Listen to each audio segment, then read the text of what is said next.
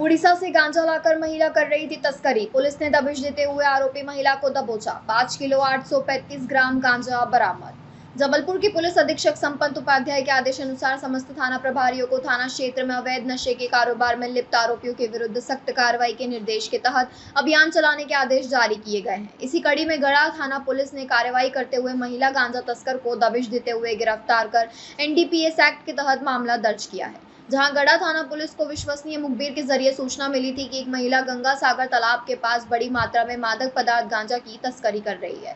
सूचना पर तत्काल टीम गठित करते हुए पुलिस ने मौके पर दबिश दी। दबिश के दौरान महिला भागने की कोशिश करने लगी, जिसे घेराबंदी कर पकड़ा गया।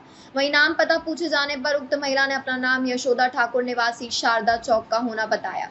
महिला के पास रखी हुई बोरी की तलाशी लिए जाने पर बोरी के अंदर करीब 5 किलो 835 ग्राम मादक पदार्थ गांजा बरामद किया गया, जिसे मौके पर जब्त करते हुए महिला आरोपी को गिरफ्तार कर महिला के विरुद्ध एनडीपीएस एक्ट के तहत मामला दर्ज कर कार्रवाई की गई। सर, एक महिला गांजा तस्कर को गिरफ्तार किया है, पूरा घटनाक्रम क्या है?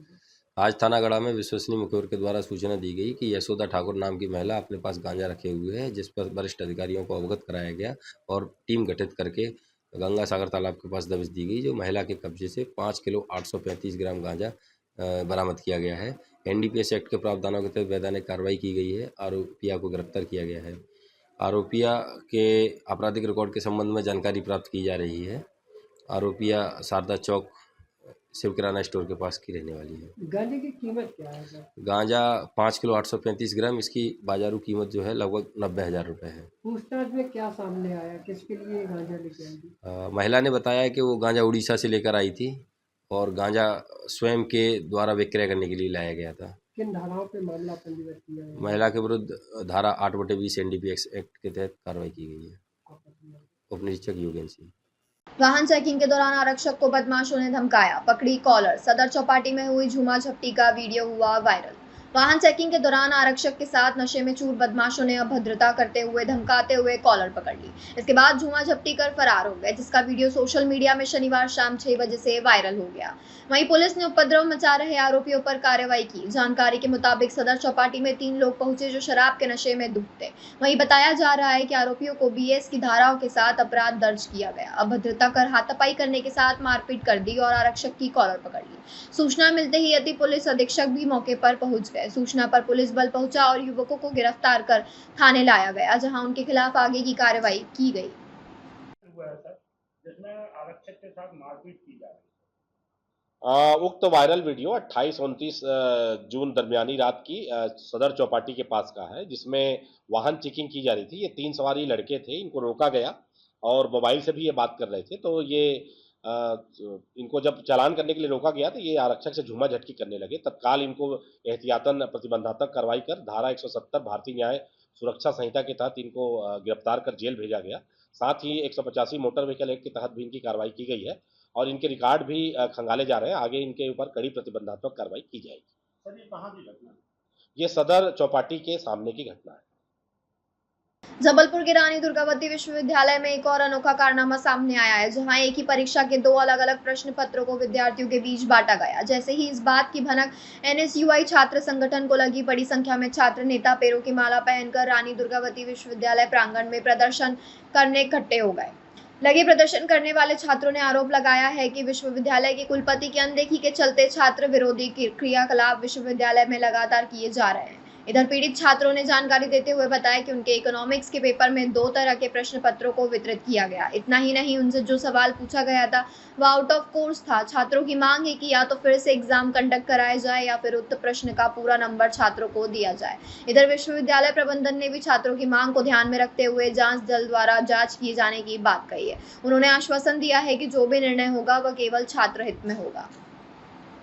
ज्ञापन दिया, किस बात को लेकर ज्ञापन? देखिए, जिस प्रकार से विश्वविद्यालय में लगातार परीक्षा परिणामों पर परीक्षा संबंधित भ्रष्टाचार विश्वविद्यालय में चल रहे हैं, उसी क्रम में जैसे आपने पहले भी देखा होगा कि जहाँ पे विश्वविद्यालय परीक्षा ऑर्गेनाइज करता है, जब स्टूडेंट पहुँचते हैं तो परीक्षा लेना भूल जाते हैं, कभी प्रेजेंट को एब्सेंट कर देते हैं, कभी आउट ऑफ सिलेबस पेपर देखते हैं। लेकिन अभी विश्वविद्यालय में एक नई चीज़ देखने मिल रही, जहाँ पर आप देख रहे हो BLLB 4th सेमेस्टर के इकोनॉमिक के सब्जेक्ट पर एक ही सब्जेक्ट के 2 क्वेश्चन पेपर दिए जा रहे हैं। आप बताओ, एक सब्जेक्ट के 2 क्वेश्चन पेपर कैसे हो सकते हैं?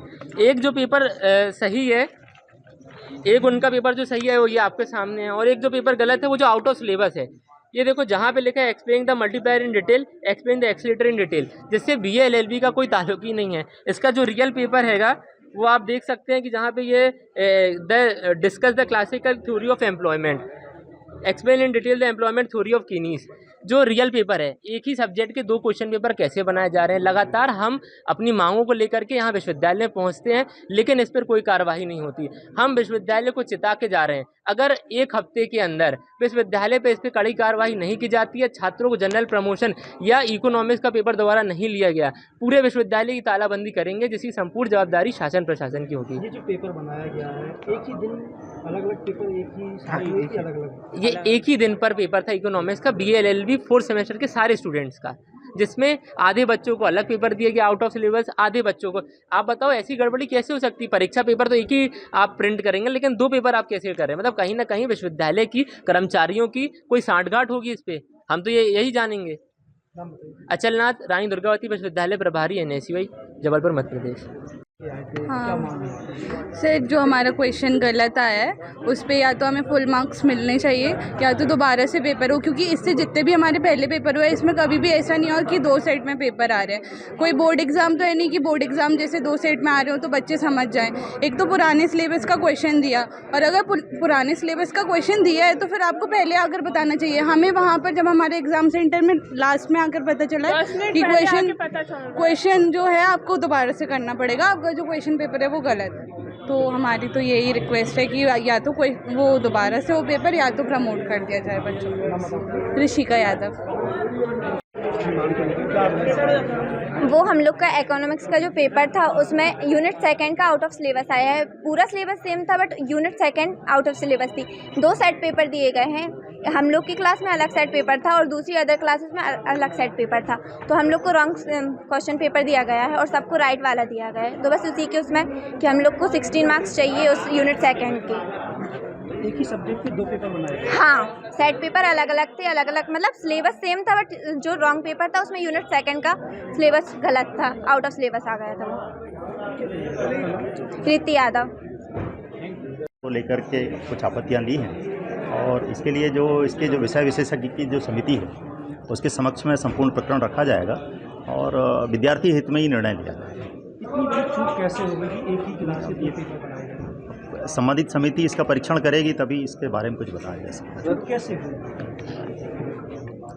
बच्चों के भविष्य से इस तरह से नहीं, कमेटी को एक बार एग्जामिन कर लेने दीजिए, तब फिर आपके समक्ष में सारी चीज़ें आएंगी। क्या ये जो दोषी उनके खिलाफ कार्रवाई की जाए? बिल्कुल, दोषी जो होंगे उनके लिए कार्रवाई होगी।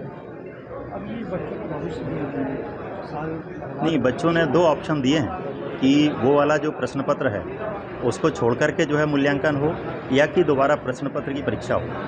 तो इसके लिए जो समिति को एक बार उनका फाइंडिंग आ जाने दें, फिर इसके बाद जो सक्षम बॉडी जो है इसकी जो है निर्णय लेंगे। Doctor R.K. बघेल, रजिस्ट्रार। लोक निर्माण मंत्री ने सीवर लाइन और अमृत योजना के अंतर्गत चल रहे निर्माण कार्य का औचक निरीक्षण कर संबंधित अधिकारियों एवं ठेकेदारों को दी कड़ी हिदायत। जबलपुर के पश्चिम विधानसभा अंतर्गत कटंगा तिराहे से गौरीघाट के बीच चल रहे सीवर लाइन एवं अमृत योजना 2.0 के निर्माण कार्यों में मिल रही लगातार शिकायतों के चलते लोक निर्माण मंत्री राकेश सिंह ने स्थल पर पहुंचकर औचक निरीक्षण किया। मंत्री सिंह के साथ नगर निगम आयुक्त श्रीमती प्रीति यादव, अधीक्षक मंत्री नगर निगम कमलेश श्रीवास्तव व संबंधित अधिकारी उपस्थित थे।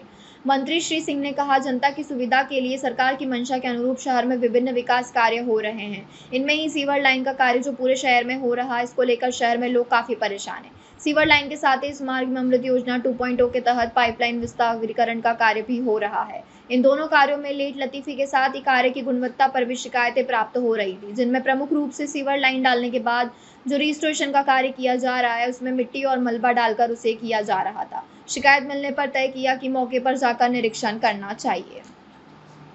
काम को लेकर वैसे ही शहर में लोग काफ़ी परेशान हैं और कॉन्ट्रैक्टर को भी बार बार नगर निगम कमिश्नर महोदया के द्वारा भी और सभी के द्वारा बार बार चेतावनी दी जा रही है, नोटिस दिए गए हैं, लेकिन ऐसा लगता है कि शायद उतनी गंभीरता उसमें नहीं आ पा रही है।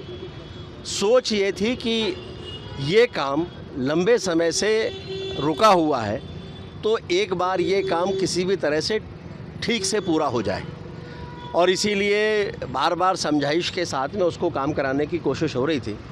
मुझे पिछले कुछ दिनों से शिकायत मिली कि यहाँ पर जब रिस्टोरेशन का काम हो रहा है तो उसमें जो मटेरियल डलना चाहिए उसके स्थान पर मलमा डल रहा है। वास्तव में यहाँ पर हमने वाइट टॉपिंग स्वीकृत की है, रोड स्वीकृत की है, और अगर रिस्टोरेशन का काम ठीक से नहीं होगा तो वाइट टॉपिंग के बाद वो सड़क बैठ जाएगी। और इसीलिए मैं मौके पर आया था, कमिश्नर महोदया से भी मैंने कहा, वो भी मौके पर आई और कुछ कमियां यहाँ पर दिखाई दी हैं, उसके बारे में अधिकारियों को कहा है, चेतावनी भी दी है कि इस तरह के काम से नहीं चलेगा।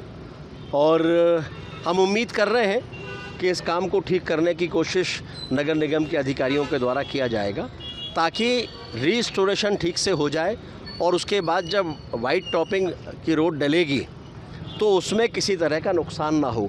फिलहाल मुझे लगता है इस पर भी काम करने की आवश्यकता है। सर, सड़कों को